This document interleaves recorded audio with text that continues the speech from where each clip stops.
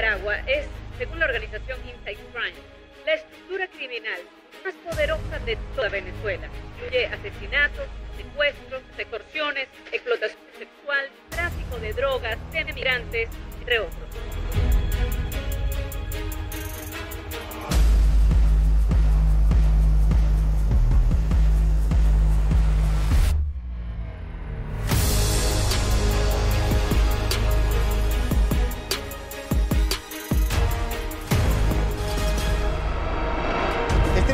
Está catalogada como una banda criminal, una de las más grandes y poderosas de Venezuela. Sus inicios se remontan al año 2005 con el sindicato de obreros que trabajaba en la construcción de un proyecto ferroviario que uniría a los estados de Aragua y Carabobo. El sindicato comenzó cobrando por la asignación de puestos de trabajo y extorsionaba a contratistas a cambio de seguridad, pero poco a poco fue ampliando sus actividades criminales. Pero desde hace años dejó de ser una simple pandilla carcelaria confinada en el estado de Aragua para convertirse en una amenaza transnacional que rápidamente se extendió por Latinoamérica, generando terror. El Tren de Aragua es una banda criminal que inició en Venezuela. Se cree que el Tren de Aragua tiene sus orígenes por el año 2005, 2006. O sea, es relativamente nueva como organización criminal.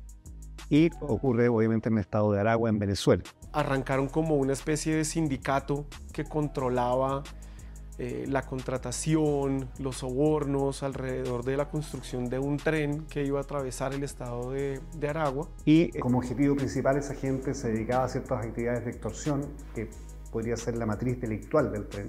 Este proyecto no se termina de concretar y varios de los integrantes de este sindicato pues terminan siendo recluidos en lo que se conoce como el Centro Penitenciario de Aragua o la cárcel de Tocorón. Y desde la cárcel terminan organizando una banda con unos tentáculos muy poderosos, aprovechando una decisión del gobierno venezolano de entregarle a las bandas criminales el control de las cárceles. Ahí, digamos que uno de sus principales cabecillas, que es conocido como alias Niño Guerrero, empieza a organizar esta organización delincuencial y de ahí a operar de alguna u otra forma hacia otros estados dentro de Venezuela. Esto más o menos entre el 2007 y 2010 pasado este año.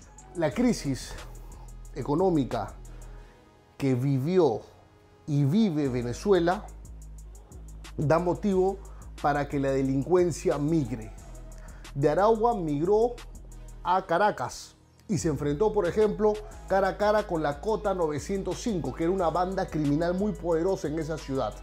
Y eso les permite a ellos no solo estructurar un poderío al interior de la cárcel, donde cobraban alrededor de $15 de soborno o de cuota por preso a la semana, y controlar la extorsión, el robo, todo alrededor de la cárcel, y poco a poco pues fueron ampliando sus tentáculos a lo que hoy ya conocemos como el Tren de Aragua, como una estructura criminal que trascendió Venezuela y que ya tiene redes en diferentes lugares de América Latina.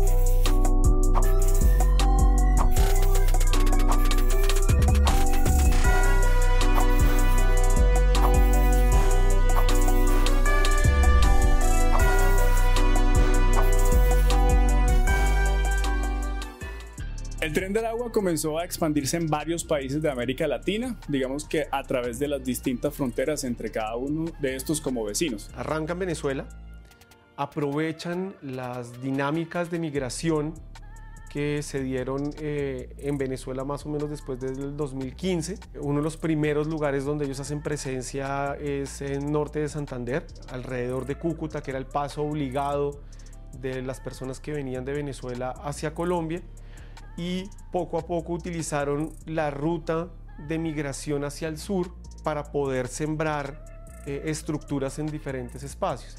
Entonces pasan por Medellín, Bogotá, Cali, llegan a Pasto en Colombia, luego pasan por Perú, se asientan en Perú, luego pasan por Ecuador, luego van hasta Chile, luego pasan a Bolivia.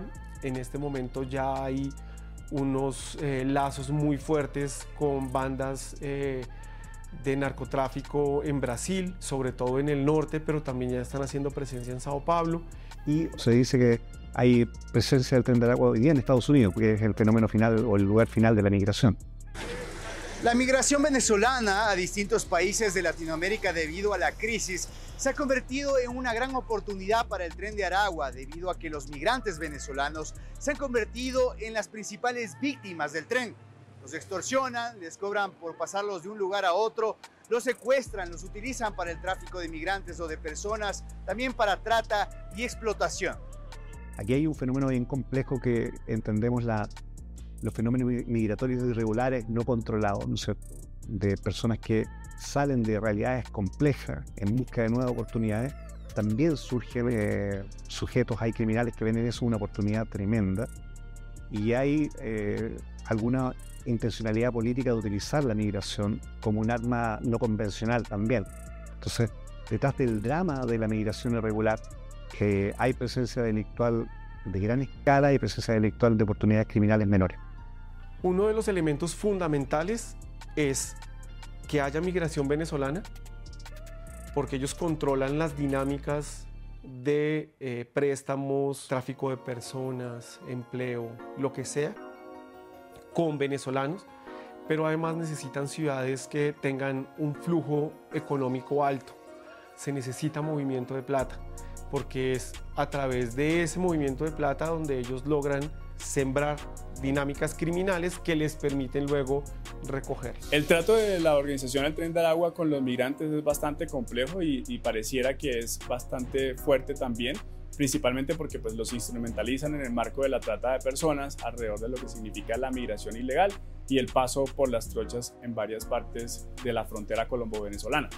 Pero adicionalmente también se podría decir que existe un trato relacionado con la instrumentalización de la población migrante, es decir, que se utiliza ya sea para aportarle a su negocio del microtráfico a través de lo que significa la amenaza o la vulneración de sus propios derechos, pero también se han identificado casos de cómo estas organizaciones delincuenciales tratan a las mujeres migrantes para usos de explotación sexual en varias partes del país, sobre todo, digamos, todo lo que significa la frontera colombo-venezolana, en Bogotá y en algunas partes de la costa caribe colombiana. La migración venezolana, ¿no es cierto?, de la última oleada, por así decirlo, tuvo una oportunidad criminal para el Tren de Aragua de sacar provecho con eso. De hecho, los primeros delitos están asociados a eso: tráfico de personas, la explotación sexual, la utilización de esta debilidad de la gente que está en un proceso migratorio muy complejo, de sacar provecho de eso y obtener beneficios. Esos venezolanos que van recorriendo, que no encuentran trabajo, que no tienen plata, que están pasando necesidades, son personas que son altamente atractivas para esas bandas en un primer momento. Y luego lo que hacen es ofrecer estabilidad, recursos, poder, reconocimiento en una segunda etapa de consolidación. Y el tercero es la pelea que se da con las otras bandas. Si no quieren morir, negociemos, dominemos y construyamos un negocio más fuerte. El líder del grupo es Héctor Rostelford Guerrero Flores, alias El Niño Guerrero, quien dirigió el Tren de Aragua desde la prisión de Tocorón hasta septiembre del 2023. De acuerdo con los registros del Tribunal Supremo de Justicia de Venezuela, Guerrero comenzó su carrera delictiva en el 2005 cuando asesinó a un agente de la policía en Aragua. Fue encarcelado por primera vez en Tocorón en el 2010, pero se fugó 2 años después. Tras su recaptura, regresó a la misma cárcel en el 2013. Esto llevó a Guerrero a consolidar el Tren de Aragua junto a otros delincuentes que se convirtieron en sus aliados de mayor confianza. Desde la cárcel, el Niño Guerrero es capaz de controlar el Tren de Aragua, debido a que los presos se habían adueñado del control de algunas cárceles de Venezuela a través de los liderazgos de pandillas carcelarias. En septiembre del 2023, el Niño Guerrero se fugó de la cárcel de Tocorón. Actualmente, el criminal está prófugo de la justicia. Entre los principales cabecillas del Tren de Aragua se identifica a este señor conocido como alias Niño Guerrero, que fue su fundador y además la cabeza más importante de la organización todavía vigente, que es la persona que manejaba y coordinaba todo desde la cárcel. Porque va viendo a las personas de confianza y que son digitadas desde allá para que vengan a cumplir las tareas en diferentes puntos. Hoy sabemos que está escondido, sabemos que está en el monte, pero desde ahí sigue manejando sus tentáculos criminales. Yo personalmente creo que él es la figura icónica de esto, pero no creo que sea la única figura. Es lo mismo que pasó con Sinaloa, que todos pensamos que el gran líder es Chapo Guzmán, pero había muchos más líderes. Pasó en el cartel de Medellín, de Pablo Escobar. Entonces es importante definir cuáles son y quiénes son realmente los liderazgos y qué características tienen este tipo de estructuras. Hay personas que lideran estas estructuras, se hacen conocidos, la prensa se ayuda mucho a levantar esta figura, pero yo estoy convencido que detrás de ello hay otros líderes anónimos que son mucho más peligrosos y que hay que poner mucha atención. Y muchos de ellos están hoy día recluidos en prisión. Son liderazgos que están adentro de los resguardos del Estado. Y esos son, a mi juicio, los más peligrosos. La estructura del tren es piramidal. Parte de lo que van a tener que definir en este momento es que desde la cárcel todo estaba centralizado, ¿sí? Ahí salían las decisiones y ahí tenía que volver la plata. Con los líderes por fuera, el desafío es ellos cómo van a mantener el control de esas células, pero al mismo tiempo cómo van a lograr frenar que algunos grupos que no necesariamente son del Tren de Aragua, que se hagan pasar por el tren para poderse quedar con esas rentas criminales. Esta corporación millonaria con cientos de integrantes también tiene entre sus filas malos funcionarios del Poder Judicial de cada país, malos funcionarios del Ministerio Público de cada país y malos elementos policiales y militares de cada país. Esta es una corporación con una estructura jerárquica compleja, diseñada para que toda la información, todo el dinero, cada paso o movimiento que el último eslabón haga, lo sepa el niño guerrero, hoy escondido en el monte, hoy perseguido, no solo por la policía venezolana, sino también por la Interpol y por varias policías de la región.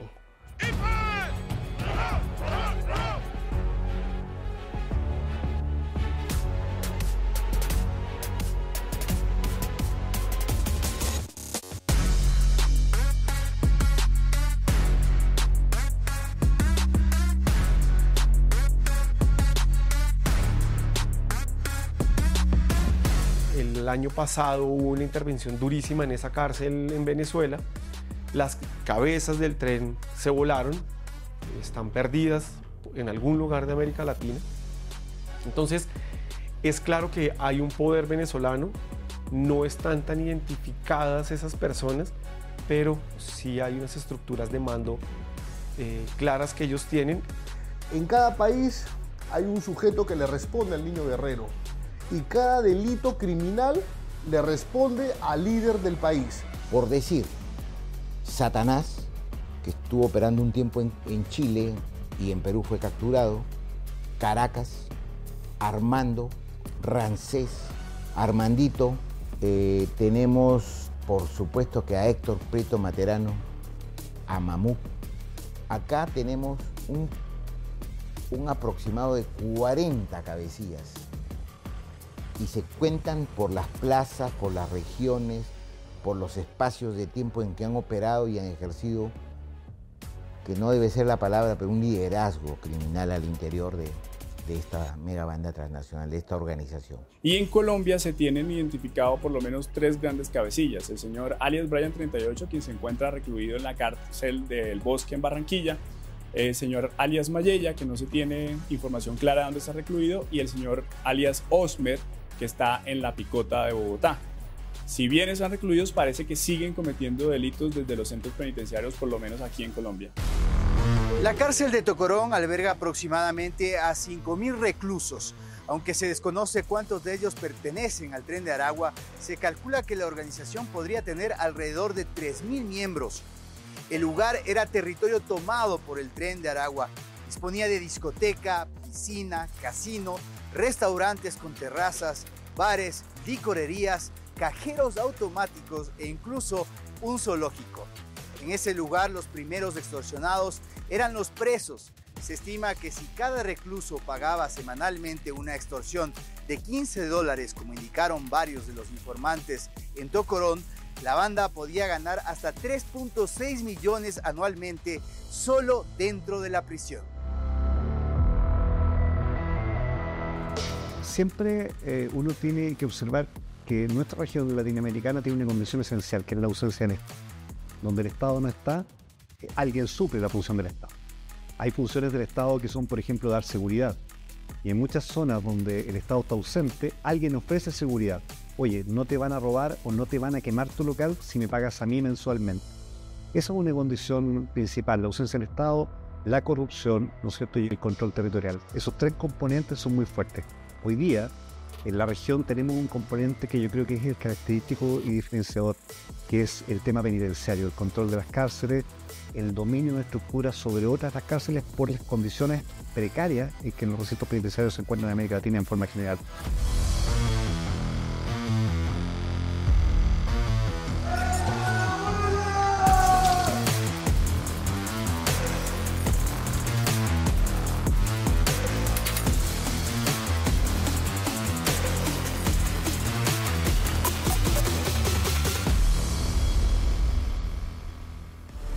Que la delincuencia que opera en las calles es la misma que está dentro de las cárceles.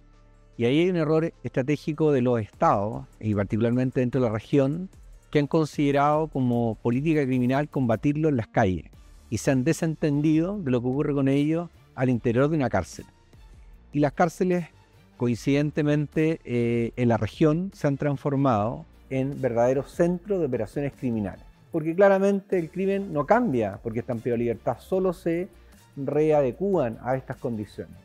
Entonces, cuando se habla de política criminal y cómo reducir el flagelo de la delincuencia, y eso se traduce en inyectar más recursos a las policías, al Ministerio Público, tribunales, lo único que tú generas es más gente presa, pero no menos delitos.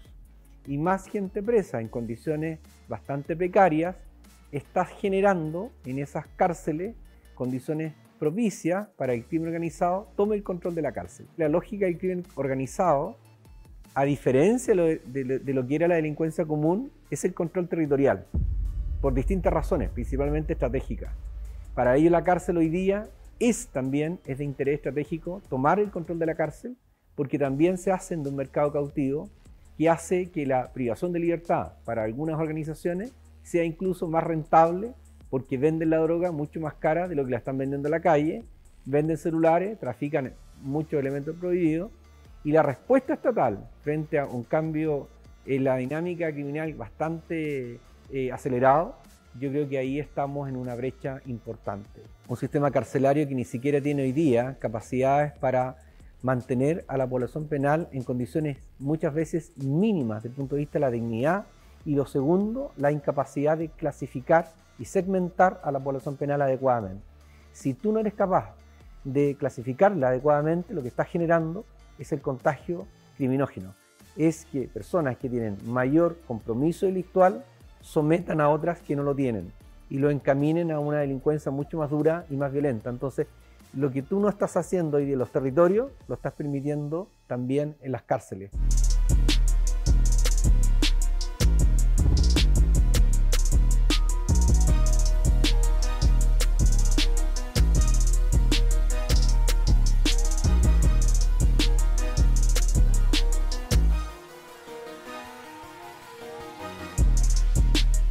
Se supone que los estados utilizan las cárceles como el último recurso para desincentivar la carrera delictual.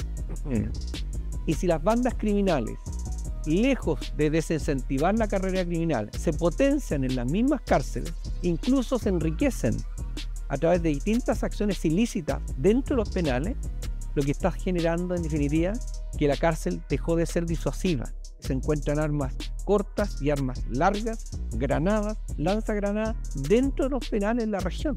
O sea, el poder de fuego que muchas veces desafían a las policías en las calles, ahora lo están haciendo dentro de las cárceles. Estos criminales no se desarticulan porque ingresan a una cárcel, se reinventan. Lo hacen a través de distintos medios. Por ejemplo, los teléfonos celulares que hoy día muchos penales lamentablemente pueden dar fe que se encuentran dentro de las cárceles, ¿no? A través de los teléfonos ellos articulan y siguen manteniendo vivas sus organizaciones criminales. Y el ingreso de droga a la cárcel hoy día Se ha conocido hechos relacionados con lanzamiento de drones que lanzan droga o armas de fuego incluso, funcionarios penitenciarios, abogados, familias. Todas estas son distintas posibilidades de cómo ellos pueden ingresar elementos prohibidos a las cárceles y desde ahí generar esta comercialización de estos elementos prohibidos y lejos de empobrecerse, enriquecerse entre los penales.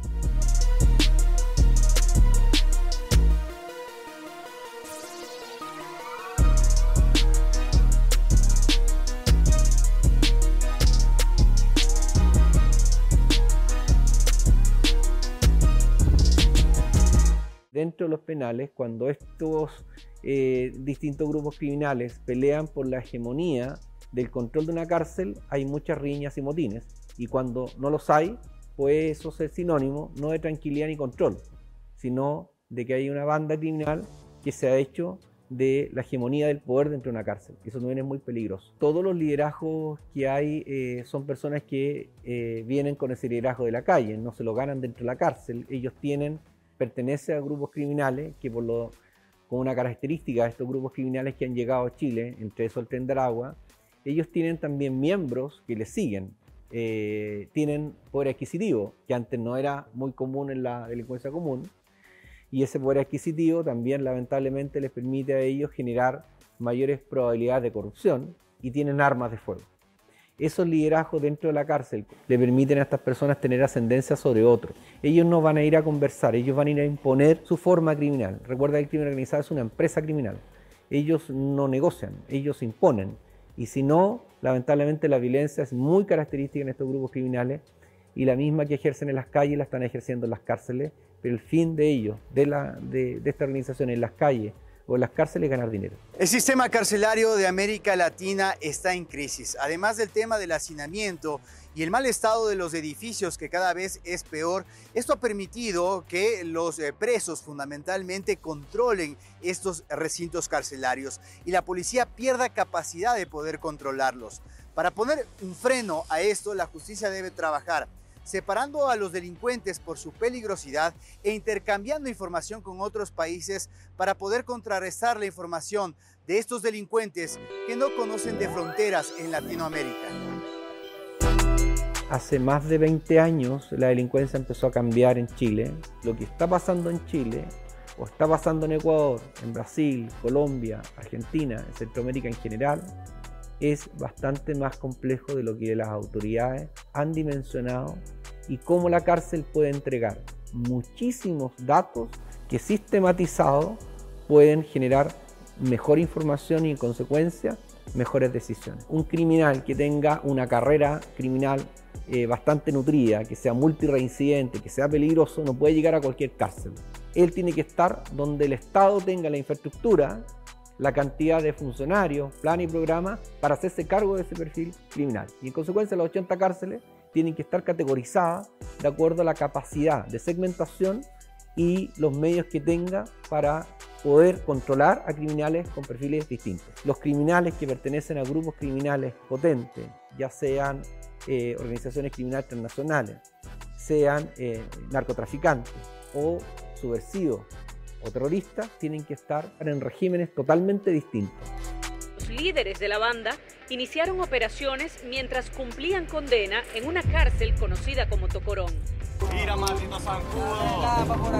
Discotecas, cajeros automáticos, piscinas y casinos y hasta un zoológico con jaguares y avestruces.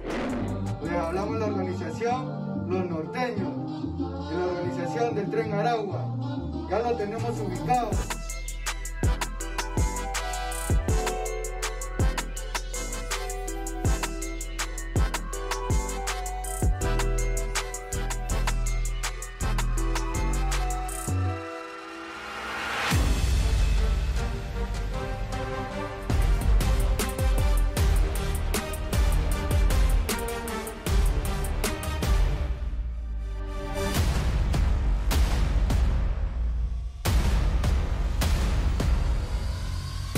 El Tren de Aragua opera en varias modalidades delictivas, entre ellas la minería ilegal, el tráfico ilícito de drogas, la extorsión y el cobro de cuotas a los presos que se encuentran en distintas cárceles. pero lo que más genera terror en la región es la manera violenta con la que actúa esta megabanda. El Tren de Aragua tiene un cierto repertorio de acción delincuencial muy definido, asociado a varios delitos de alto impacto, principalmente con relación a lo que significa el narcotráfico o el microtráfico de estupefacientes en Venezuela, y digamos que fortaleció o sofisticó su accionar delictivo con otro tipo de acciones o delitos de alto impacto, como lo que significa la trata de personas o las rutas o trochas ilegales. Y de ahí empezó como a ampliar su repertorio de violencia y su repertorio delincuencial a otro tipo de delitos, como puede ser la extorsión, el secuestro, el sicariato o los homicidios, digámoslo así, como a sueldo.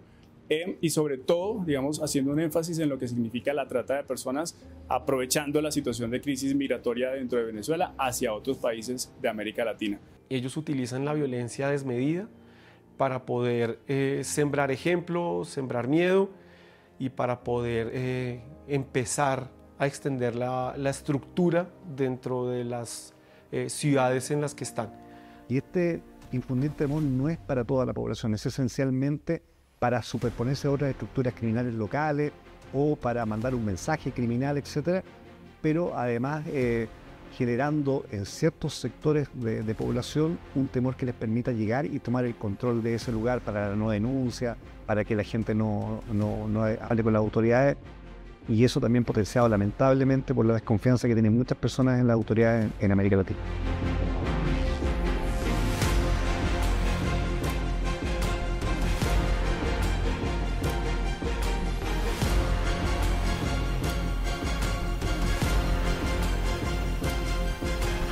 Actos delictivos, en muchos casos ni siquiera te lo puedo narrar por la brutalidad del hecho. Hablamos de decapitaciones, hablamos de torturas, hablamos de descuartizamientos, hablamos de que a un sujeto le dan 50 tiros y le siguen disparando. Y no solo eso, lo graban en video y se los mandan a los familiares o se los mandan a miembros de otras bandas rivales como, digamos, amenaza. Creo que ellos han visto su línea de mercado esencial en explotar a las personas, que tienen una mayor vulnerabilidad, porque aquí eso es un fenómeno muy complejo. Resulta que una persona que está en condición de migrante irregular en un país no necesariamente tiene la confianza para acceder a la policía, porque va a pensar que lo primero que me van a preguntar es quién soy yo, y si estoy irregularmente me van a tomar y me van a ir.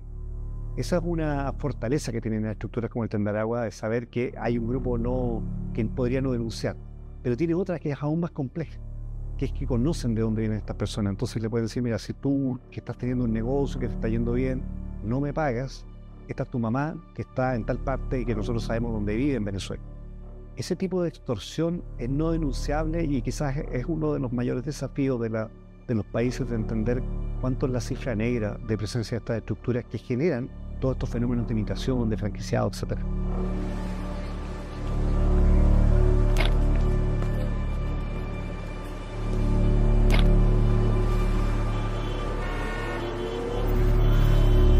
Hay casos en Perú, Ecuador, hay casos en Chile, donde, por ejemplo, el control del negocio de la prostitución se ha hecho o porque matan a las personas que controlan el negocio o porque amenazan, matan a mujeres que ejercen la prostitución para poder llevar mujeres venezolanas a esas zonas y poder controlar mejor ese negocio.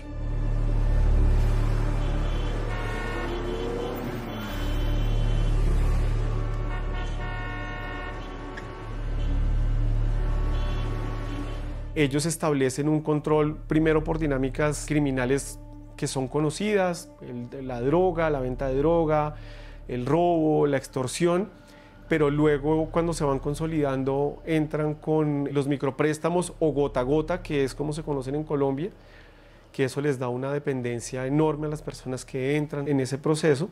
Y desde ahí ya empieza todo un mecanismo de desarraigo, de traslado, de transporte y de alojamiento, alimentación, vestido, etcétera, lo que va generando una deuda en las personas y una dependencia.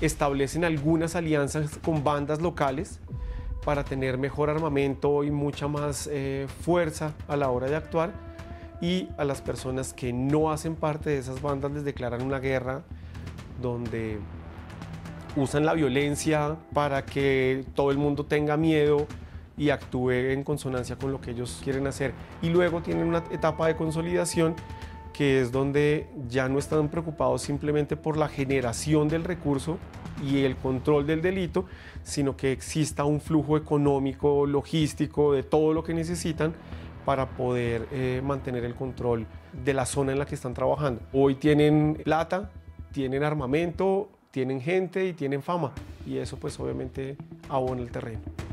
En América Latina el crimen organizado se está expandiendo y actualizando mediante alianzas. El caso del fiscal paraguayo Marcelo Pecci, asesinado en Cartagena, es el mejor ejemplo.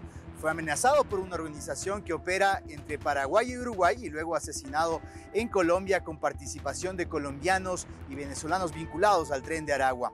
Esta organización también mantiene numerosos vínculos con el crimen organizado y con grupos carcelarios, tanto en Venezuela como en otros países, con los que ha establecido pactos de no agresión e incluso alianzas para repartirse las rentas criminales. Además, el Tren de Aragua recluta y financia pequeñas pandillas criminales para cometer secuestros y extorsiones. De esta manera crece su fuerza en tierras latinoamericanas. Hace varios años que América Latina está teniendo una recomposición de equilibrios criminales, o sea, una reconfiguración de los equilibrios criminales conocidos.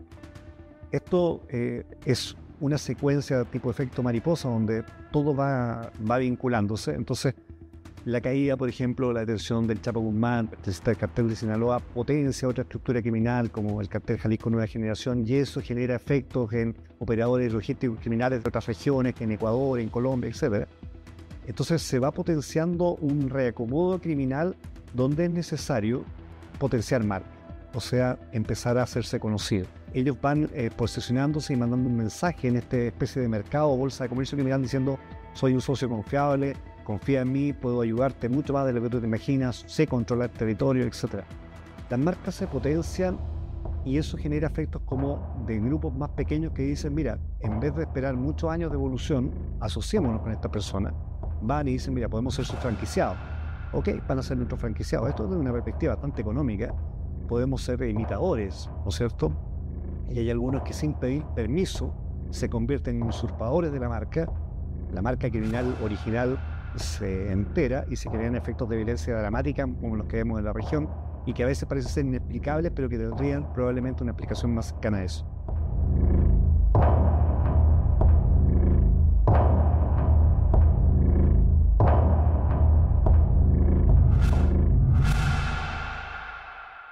La estructura fundamental del Tren de Aragua es venezolana, pero en la medida que han ido llegando a otros lugares, pues obviamente establecen vínculos con personas que no son venezolanas, establecen alianzas con bandas que no son venezolanas y que controlan delitos, que es lo que finalmente les permite que ellos tengan una sostenibilidad y una presencia en esos territorios. O sea, no están en conflicto permanente con los locales, sino que los han incorporado y han encontrado un camino para poder trabajar y delinquir juntos. Adicionalmente tienen una forma de proceder relacionada con lo que nosotros denominamos como un outsourcing criminal o una subcontratación criminal. Es decir, puede tener su centro de operación en Venezuela, pero de ahí subcontratan organizaciones delincuenciales de mediano o de menor alcance para ejecutar esas acciones delictivas. Eso es lo que se conoce como un outsourcing criminal, y es básicamente que esta organización grande, conocida como el Tren de Aragua, subcontrata pequeñas para que realicen las extorsiones, para que secuestren, para que pues comercialicen la droga, para que realicen los sicariatos o los homicidios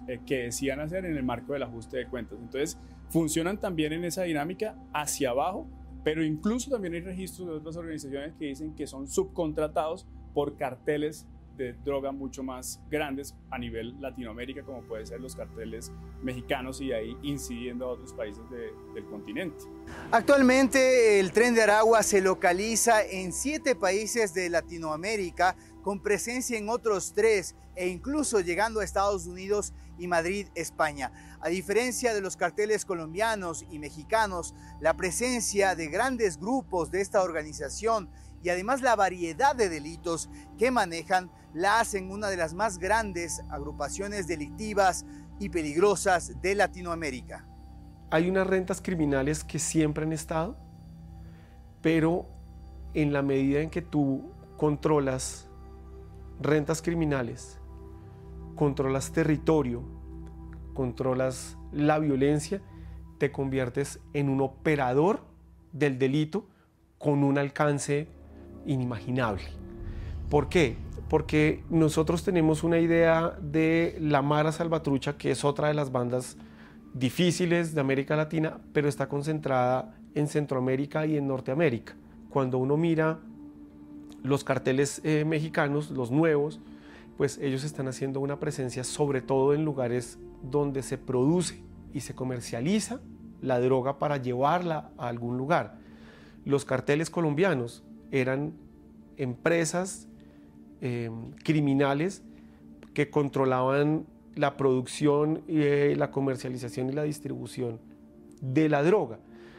Pero cuando hablas de la guerrilla tenía unas redes también con el narcotráfico y con el secuestro, pero lo que estás teniendo con el Tren de Aragua es el control de una gran variedad de delitos que hace que tu flexibilidad comercial y empresarial te lleve a unos niveles de rentabilidad elevadísimos, ¿sí? Porque tú estás controlando la presencia en zonas de explotación de oro, extorsión, robo, secuestro, gota a gota, trata de personas, delitos cibernéticos, el lavado de activos, tienen todo, es una multinacional, o sea, casi que uno podría decir que es como una especie de multinivel delictivo, y eso les permite a ellos incorporar prácticas, incorporar gente, mantener presencia, generar más miedo, pero además convertirse en una banda global.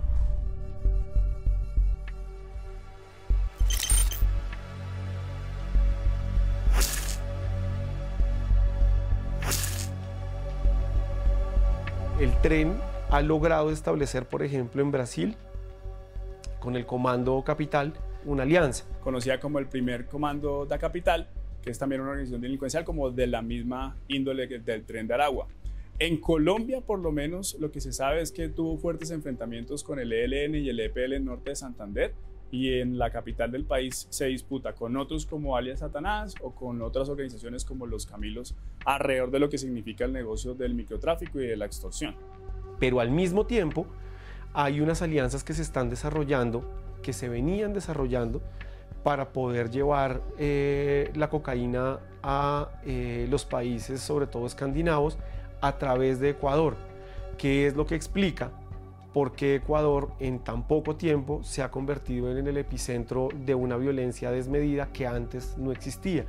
Y es que desde los puertos de Ecuador están viajando contenedores cargados de droga para que se distribuyan en Holanda, en Bélgica y sus alrededores, con unas mafias pues poderosísimas que antes eran fuertes en drogas sintéticas.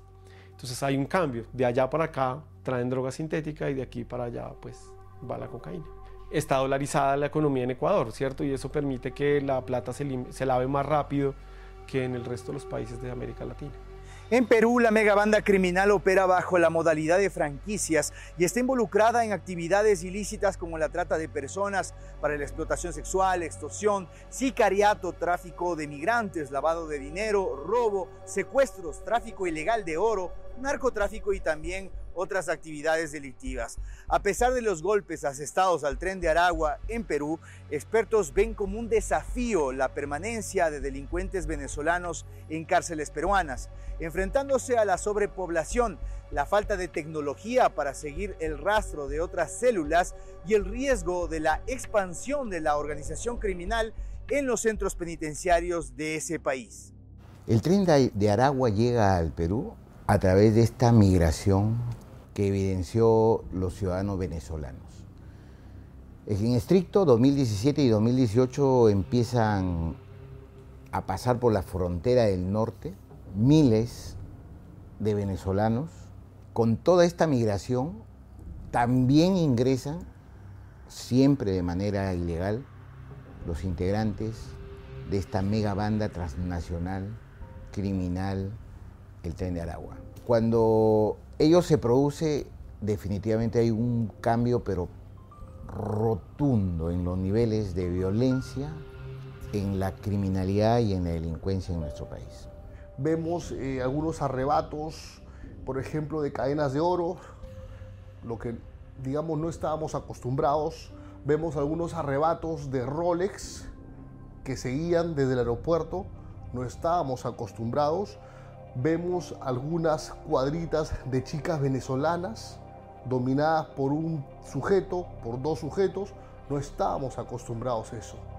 Pasa la pandemia y lo que era, digamos, robos, lo que era un grupo de chicas en una cuadra, lo que era algunas extorsiones de alto calibre, el cual no estábamos acostumbrados, digamos, se convirtió ya en una masa criminal diaria que puso en peligro la seguridad nacional del Perú.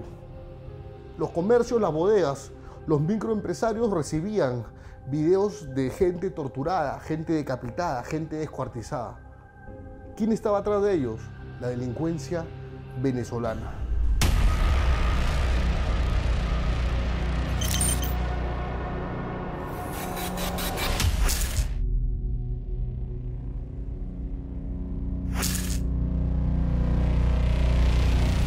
El Tren de Aragua llega al Perú como Tren de Aragua y se instituye y empieza su nombre a girar en torno a las primeras denuncias por extorsión.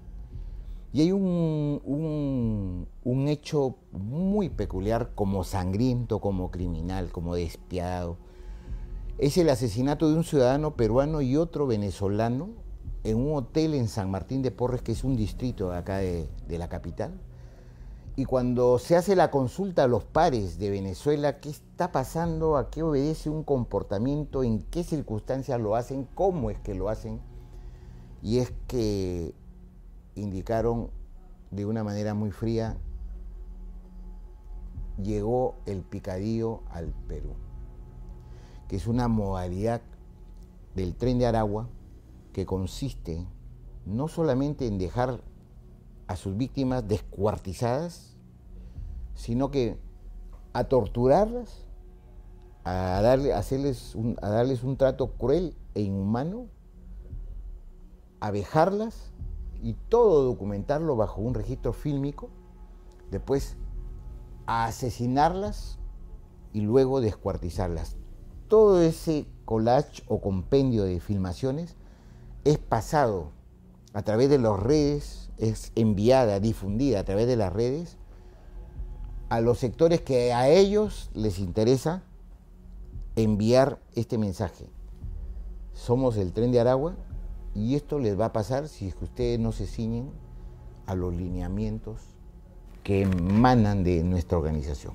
Tienen 48 horas para depositar sus 60.000 soles.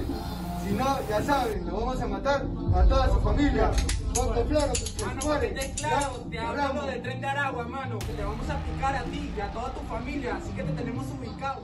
Pero aquí en el Perú, las potentes intervenciones policiales con el Ministerio Público, que es el que tiene la titularidad del ejercicio público de la acción penal, han evidenciado de que el Tren de Aragua, con todas estas facciones, los gallegos, Dinastía Layón, Cota 905, Puros Hermanos Sicarios, los Hijos de Dios, operan en diversas regiones, pero vamos a citar Piura, Lambayeque, La Libertad, Ancash, Arequipa, Tacna, Tarapoto, San Martín, por supuesto que Lima, Ica.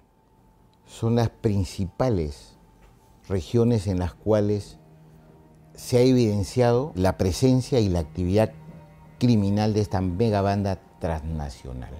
En la sierra de Trujillo, que es una ciudad a 8 horas de Lima, de la capital, hay una ciudad que se llama Patás. Ahí hay presencia del Tren de Aragua y de los Hijos de Dios, que se han aliado a los peruanos para, digamos, ingresar al mundo de la minería informal, un mundo que da más dinero que el narcotráfico. Se están expandiendo, están ingresando a nuevos dominios, a nuevos territorios. Como les han golpeado tanto en la capital, están migrando a otros delitos, la minería ilegal y el narcotráfico. La minería ilegal en el norte y el narcotráfico en el sur. En Colombia, el Tren de Aragua se ubica primero en la frontera. Allí empiezan a desarrollar actividades especialmente de extorsión, pero terminan siendo combatidos por el ELN y se dispersan por distintas ciudades del país. El Tren de Aragua comenzó a estallar a las organizaciones colombianas desde adentro. Inició un ciclo de traiciones entre ellos que terminó con la conquista de la banda venezolana y la desaparición de organizaciones bogotanas como Los Camilos. Esa guerra a muerte, que dejó más de 36 muertos, fue la puerta de entrada del crimen venezolano. La conquista de la ciudad por el Tren de Aragua cambió por completo la forma en la que se combate la seguridad en Bogotá.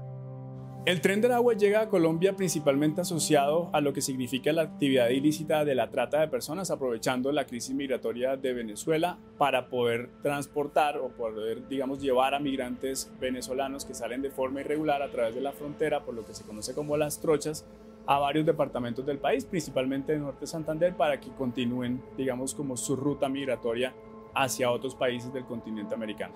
Entonces, lo primero era por dónde iban a pasar, cuánto valía transportarlos, cuánto valía la comida, la dormida. Luego necesitaban plata para poder pagar, entonces qué tipo de trabajos iban a hacer. Mujeres que venían viajando solas o sin familia, pues sin cabeza de familia, ellas eran las que tenían que responder por niños, pues se convirtieron en blanco perfecto para la prostitución y para la trata de mujeres. Empiezan a controlar el consumo de droga, ¿sí? Y empiezan a permear todas esas dinámicas criminales que finalmente les dan un poder en esas ciudades a donde ellos van llegando. Y el tema del gota a gota yo creo que es donde está la determinante fundamental, porque pues droga se vende ya en las ciudades, extorsión hay en las ciudades, pero el hecho de que yo tenga que depender de que me presten para poder vivir en un lugar, poder comer, poder quedarme, y que esa plata gota a gota sea un pagadiario en el que yo tengo que pagar intereses permanentemente, pues simplemente hace que yo quede preso de esas estructuras criminales.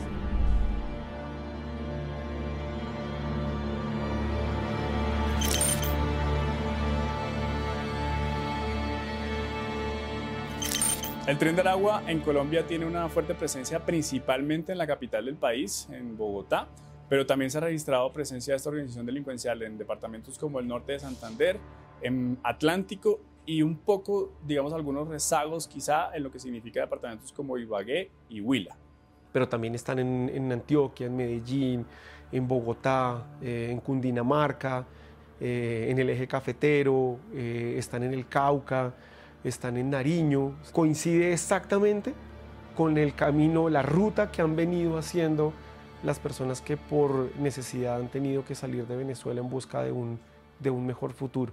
Sí, esa es una traza que hay por toda América Latina.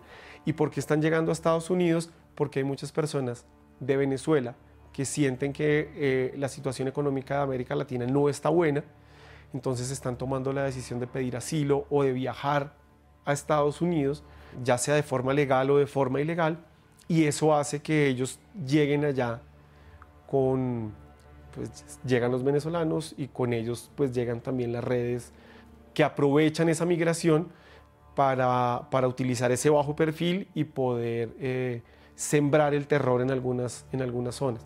Ya hay sicariato a manos de venezolanos en Estados Unidos y es lo que prende las alarmas de las autoridades. Y las personas que son considerados como enemigos o como personas que han traicionado al Tren de Aragua, pues reciben un trato con una violencia pues muy alta, y eso pues también galvaniza y genera que unas lealtades al interior del tren, básicamente alrededor del miedo.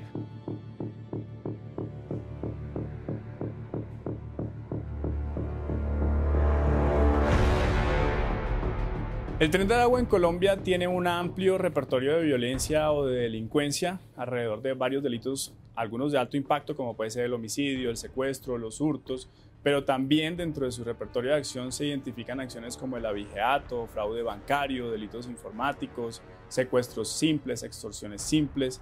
Mejor dicho, tienen un amplio repertorio de violencia y delincuencial que abarca, digamos, todo su portafolio criminal. Se hicieron famosos por la violencia. Cuando llegaron a Bogotá se enfrentaron con bandas locales, luego empezaron a aparecer cuerpos en bolsas en diferentes lugares de la ciudad.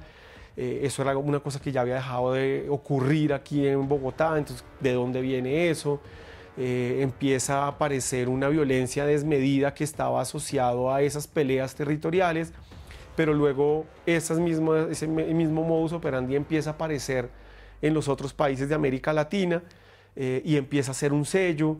Ellos en algunas redes sociales han mostrado cómo matan, por ejemplo, a personas trans para que la gente tenga más miedo. Ha disparado el homicidio, el sicariato. El aumento del sicariato en Colombia tiene que ver fundamentalmente con un cambio en las dinámicas criminales que se están dando en el país.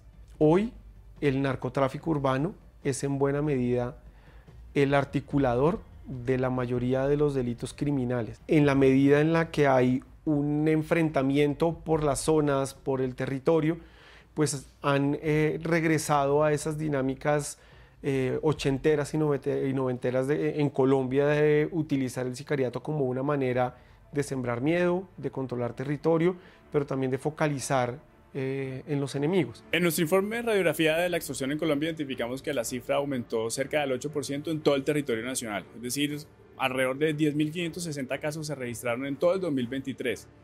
De esos, por lo menos unos 1.770 casos se registraron en la ciudad de Bogotá, con un incremento más o menos del 19, del 20% si lo comparamos con el 2022. De ese, digamos, como ese conjunto de extorsiones de las 1.770 más o menos que se registran en la capital del país, yo creería que entre el 30 y el 40% de las extorsiones son realizadas por organizaciones delincuenciales, principalmente en cabeza de lo que representa el Tren de Aragua en Bogotá, en el marco de su accionar delincuencial o en el marco de lo que significa el poderío de sus economías de uso ilícito. Pero también es importante decir que existen distintos tipos de extorsión por parte de organizaciones como el Tren de Aragua, lo que se conoce como la extorsión tradicional, una microextorsión, que es algo como más momentáneo, y la extorsión carcelaria, que de hecho el Tren de Aragua pareciera que es una de las más representativas en este sentido con relación a lo que significa la extorsión en varios, digamos, como en varios sentidos. Y también es importante mencionar el hecho de que estos tres tipos de extorsión varían en la cantidad de valores que se les pide a sus víctimas. Tenemos datos incluso de extorsiones que son pequeñas, entre los 100.000 y los 300.000 pesos, pero hay extorsiones de mucho más alcance que pueden ir hasta los 300 millones de pesos que estas organizaciones delincuenciales le piden a comerciantes, transportadores e incluso a ciudadanos de a pie que normalmente pues realizan sus actividades económicas en cualquier momento o en cualquier lugar en el marco de la sociedad. Chile es uno de los países donde el Tren de Aragua actúa con violencia. Desde su llegada se empezaron a registrar varios homicidios donde los cadáveres presentaban más de 15 balazos, además aparecían enterrados o abandonados en desiertos y con señales de tortura, escenas que el país sudamericano no estaba acostumbrado. Desde la instalación del Tren de Aragua en territorio chileno, han hecho trata de adolescentes y mujeres migrantes para la explotación sexual, especialmente venezolanos, además de extorsiones, tráfico de drogas, torturas y asesinatos cuando sus víctimas no cumplen con los pagos. Hay versiones oficiales, ¿no es cierto?, de cómo la Fiscalía se entera de la presencia de esta organización que aparentemente operaba en Chile, ¿no es cierto? Bueno, hablan de algunos que se tienen en el año 2020, 2021. Sin embargo, hay indicios que probablemente ellos llevaban varios años operando ya en Chile. La forma, por hacerlo muy sencillo, de cómo se entera el Ministerio Público, la Fiscalía, es que en un procedimiento de detención de una persona que transportaba una sustancia, una droga en Chile, una ketamina líquida, esa persona que detenía inicialmente por un delito, dice, mire, ¿sabe qué? No solamente soy un delincuente, yo no soy un delincuente, soy una víctima. A mí me obligaron a llevar esto. ¿Quién la obligó? Dijeron, me obligaron desde Bolivia a cruzar en forma informal y irregular un grupo que se llama el Tren de Aragua, que es muy peligroso, que está muy presente en Chile. Así se inician estas investigaciones que hoy día están muy avanzadas, hay múltiples investigaciones y aparentemente ese es el origen.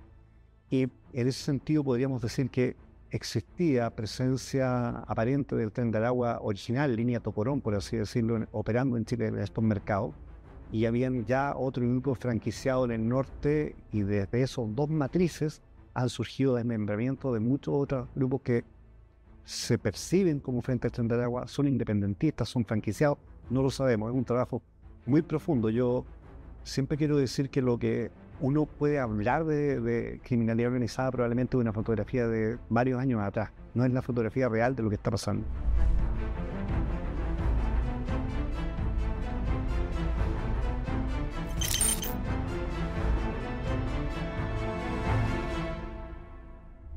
Hay una buena extensión del país que investigaciones de la Fiscalía y algunas denuncias de víctimas indican que hay la zona norte, Arica, Iquique, Santiago, la Quinta Región, Temuco, Concepción, Puerto Montt, son zonas donde aparentemente hay bastante presencia. Y hay otras zonas donde aparentemente en la región, o sea en Chile, tenemos presencia de otras estructuras criminales de otras nacionalidades, por así decirlo, o fusiones con la nacionalidad con chileno, donde el Tren de Aragua no ha podido entrar.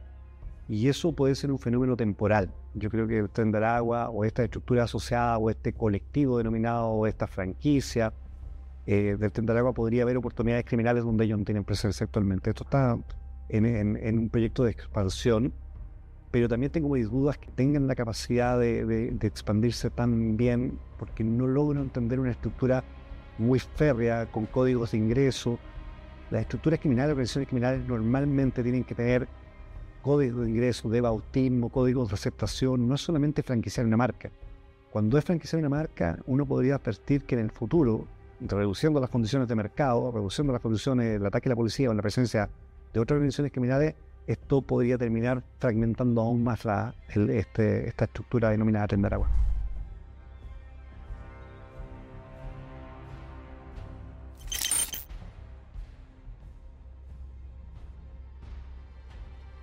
El crimen organizado es una gran amenaza a las democracias, es una afectación a las democracias como las conocemos. La criminalidad utiliza las debilidades de la democracia para su ingreso, para poder superponerse. Entonces, en la medida que en una región tan politizada como América Latina, el tema de combatir el crimen sea una forma de echarse la culpa unos a otros, o sea, no vamos a avanzar mucho. Lo primero es despolitizar este fenómeno y entender qué aliados reales tenemos para poder interconectar información para combatir una criminalidad en red. La criminalidad en red solamente se puede combatir en red, pero tenemos que saber quiénes son socios confiables para eso, con quiénes podemos compartir información, con quiénes podemos saber que no hay un respaldo oscuro, medio gris, ¿no es cierto?, en esta estructura para poder definir cómo lo hacer. Las organizaciones criminales no entienden las fronteras como las entendemos nosotros. No entienden que para viajar a un país necesitamos un pasaporte, pasar por un control, etc. Ellos lo que entienden de las fronteras son oportunidades criminales.